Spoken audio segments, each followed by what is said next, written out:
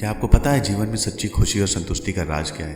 अपने काम से प्यार करना और बदले में कुछ मिलने की आशा न करना। एक इंसान का कैरेक्टर यानी चरित्र उसके सभी एक्सपीरियंस को मिलाकर बनता है, चाहे वो सुख हो या दुख, खुशी हो या दर्द, ये सभी उसके कैरेक्टर को शेप देते हैं। ये एक्सपीरियंस उसे अज्ञानता के ज्ञान की ओर ले जाते हैं। आपके एक्शंस के पीछे असली मकसद क्या है? लोग हमेशा किसी खास मकसद के लिए ही कुछ कर्म करते हैं। कुछ लोग शोहरत पाने के लिए करते हैं, कुछ लोग पावर के लिए करते हैं, तो कुछ लोग धन दौलत के लिए, तो कुछ लोग स्वर्ग जाने के लिए करते हैं, कुछ लोग पश्चाताप के लिए करते हैं। लेकिन सबसे महान और नेक कर्म होता है बस काम करना। उदाहरण के लिए कुछ लोग गरीबों की मदद और सेवा करते हैं। वह फेमस होने के लिए या अपनी पहचान बनाने के लिए ऐसा नहीं करते हैं। वह सिर्फ इसलिए करते हैं क्योंकि उन्हें भलाई का कर्म करने का विश्वास है।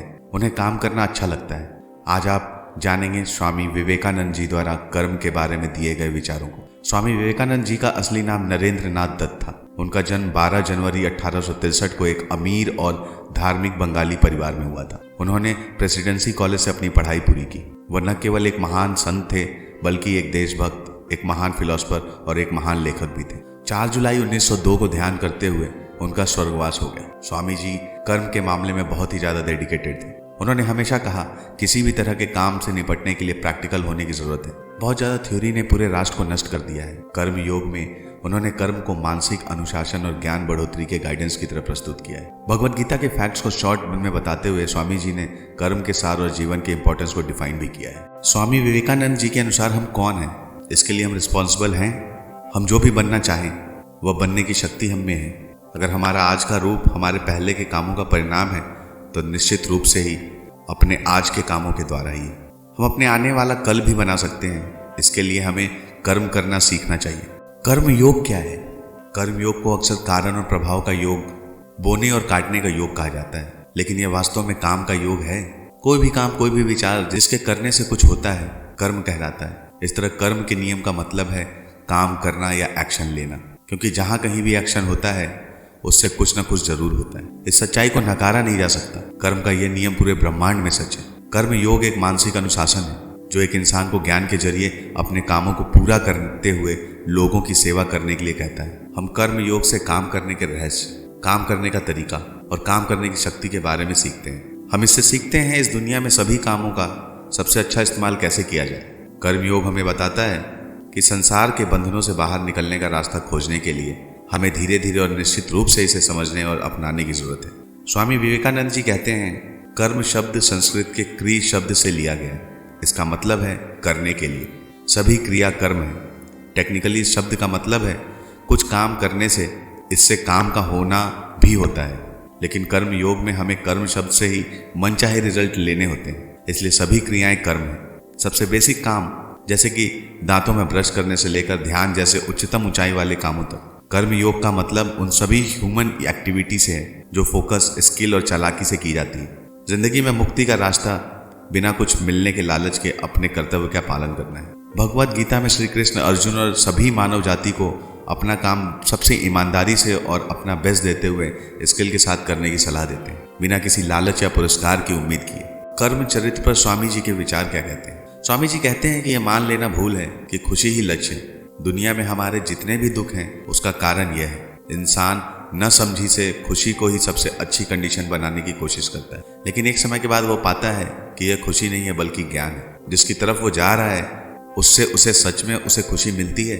ये सुख और दर्द दोनों महान शिक्षक हैं। वह बुराई से इतना ही सीखता है जितना कि सच्चाई से। जैसे जैसे सुख और दुख उसकी जिंदगी के सामने गुजरते हैं वह उस पर अलग अलग छाप छोड़ते हैं। इन सभी छापों का रिजल्ट वो होता है जिसे इंसान का चरित्र कहा जाता है। अगर आप किसी भी इंसान के चरित्र को देखते हैं तो वो वास्तव में अलग अलग चीजों को जोड़कर होता है। उसके दिमाग से सोचने के तरीके का योग आप पाएंगे कि उसके चरित्र को बनाने में दुख और खुशी दोनों जरूरी हैं। दोनों ही रोल प्ले करते हैं। स्वामी जी कहते हैं कि चरित्र को बनाने में अच्छाई और बुराई का बराबर हिस्सा होता है। कुछ मामलों में तो खुशी से बड़ा शिक्षक होता है। दुनिया में जिन लोगों ने महान चरित्र को बनाया है उनके बारे में जानते समय ज्यादातर मामलों में यह पाया जाता है कि वह दुख था जिसने उन्हें खुशी से ज्यादा सिखाया।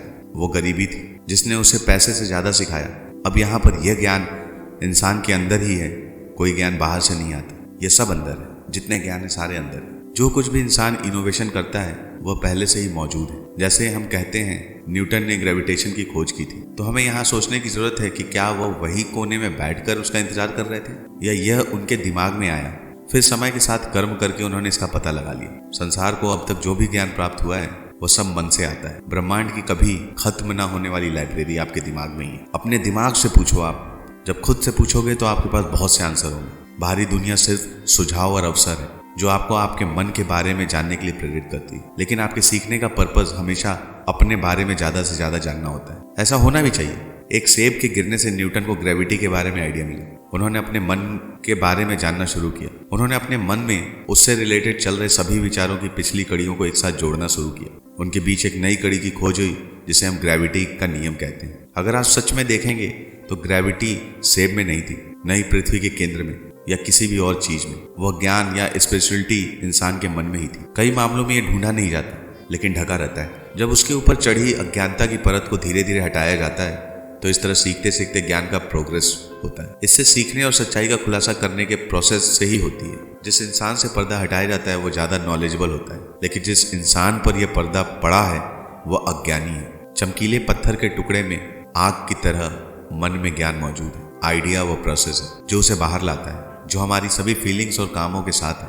हम हमारे आंसू और हमारी मुस्कान, हमारे सुख और हमारे दुख, हमारे रोने और हमारी हंसी, हमारे श्राप और हमारे आशीर्वाद, हमारी तारीफ और हमारी कमी, इनमें से हम हर एक को पा सकते हैं। हर एक मानसिक और शारीरिक परेशानी अपने आप को शक्ति और ज्ञान को हासिल करने को दी जाती है। उसे कर्म कहते हैं। व्यक्ति के चरित्र को कैसे पहचानते हैं? अगर आप किसी व्यक्ति के चरित्र को देखकर उसके बारे में अच्छा या बुरा डिसाइड करना चाहते हैं तो सिर्फ उसके महान दिखाई देने वाली वैल्यूज को न देखें, बल्कि दोनों पहलुओं को देखें, क्योंकि हर बेवकूफ कभी न कभी किसी एक काम से हीरो बन सकता है। एक आदमी को अपने सबसे नॉर्मल कामों को करते हुए देखें, क्योंकि वास्तव में यही चीजें हैं जो आपको एक महान इंसान के चरित्र के बारे में बताएगी। महान अवसर भी इंसान किसी न किसी तरीके से महान बनने के लिए इंस्पायर करते हैं, लेकिन वास्तव में वही महान इंसान है जिसका चरित्र हमेशा महान होता है। मतलब जो अपने दिखावटी और अंदर के सभी कामों में ईमानदार होते हैं, चाहे वो कहीं भी हो। हम वह हैं जो हमारी सोच ने हमें बनाया है। इसलिए इस बात का ध्यान रखिए कि आप क्या सोचते हैं। शब्द जरूरी है,